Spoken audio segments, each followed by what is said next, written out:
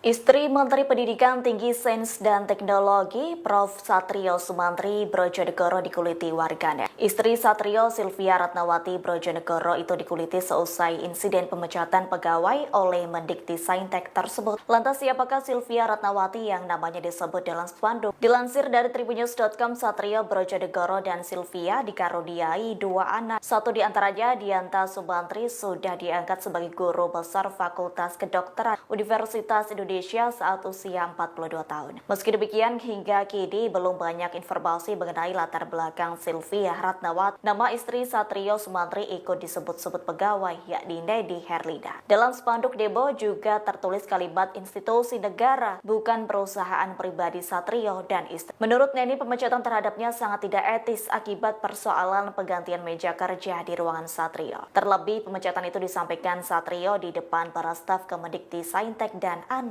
magang.